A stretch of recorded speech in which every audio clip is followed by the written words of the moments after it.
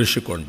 దేవతలు అక్కడ ఇచ్చేశారు, మెడిటేషన్ చేసి అక్కడంతా నివసించిన ప్రదేశం మనం చెప్పుకుంటే ఆ ప్రదేశంలో పోయి ప్యాలెస్ కట్టుకోవాలని, ప్యాలెస్ కట్టి నేను బ్రహ్మాండమైన ప్యాలెస్లు కట్టానని చెప్పుకునే పరిస్థితికి వచ్చారు. అక్కడ కూడా ఢిల్లీలో శేష్ మహల్ ఇదే మరిగా పెద్ద లగ్జూరియస్ ప్యాలెస్ కట్టారు. అక్కడ ప్యాలెస్ లేకపోలేదు, ఇక్కడ ప్యాలెస్ లేకపోలేదు. This is where public are very intelligent.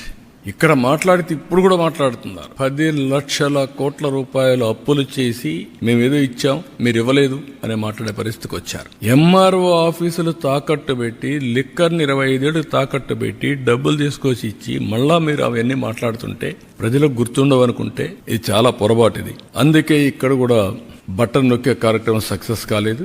ఢిల్లీలో కూడా ఏవైతే ఫెయిల్డ్ మోడల్స్ ఉన్నాయో ఆ మోడల్స్ కూడా ప్రజలు ఆమోదయోగ్యం చెప్పలేదు. 27 years కి ఆ ప్రభుత్వాన్ని పంపించి చేసే పరిస్థితికి వచ్చారు. కానీ బాధ ఏంటంటే నేను ముందు ఒక డేటా మీకు చూపించాను. ఈ డేటా ప్రకారం ఏం జరిగింది అని చూస్తే యాస్పిరేషన్స్ ఆఫ్ పీపుల్ టోటల్ గా ఆవిరైపోయినాయి. కోరుకున్నారు మాకు సంక్షేమం కావాలి, అభివృద్ధి కావాలి, ఉద్యోగాలు కావాలి అని కోరుకున్నారు. ఓటేసిన పాపానికి వీళ్ళు కాటేసే పరిస్థితికి వచ్చారు. వాళ్ళ భవిష్యత్తునే కాటేసే పరిస్థితికి వచ్చారు. ఇప్పుడు దాంతో ఏమైంది? ఈరోజు వీళ్ళందరి భవిష్యత్తు చూస్తే వాల్యూ ఆఫ్ టైం నిన్న రాదు, 1 సంవత్సరం టైం పోయినాక రాదు. విలువైన కాలాన్ని పోగొట్టుకున్నాం. దాన్ని రికవర్ చేయాలంటే ఇంకా చాలా సమయం పడుతుంది. విధ్వంసం చేయడం చాలా సులభం, దాన్ని నిర్మాణాత్మకంగా పనిచేయడం చాలా కష్టం.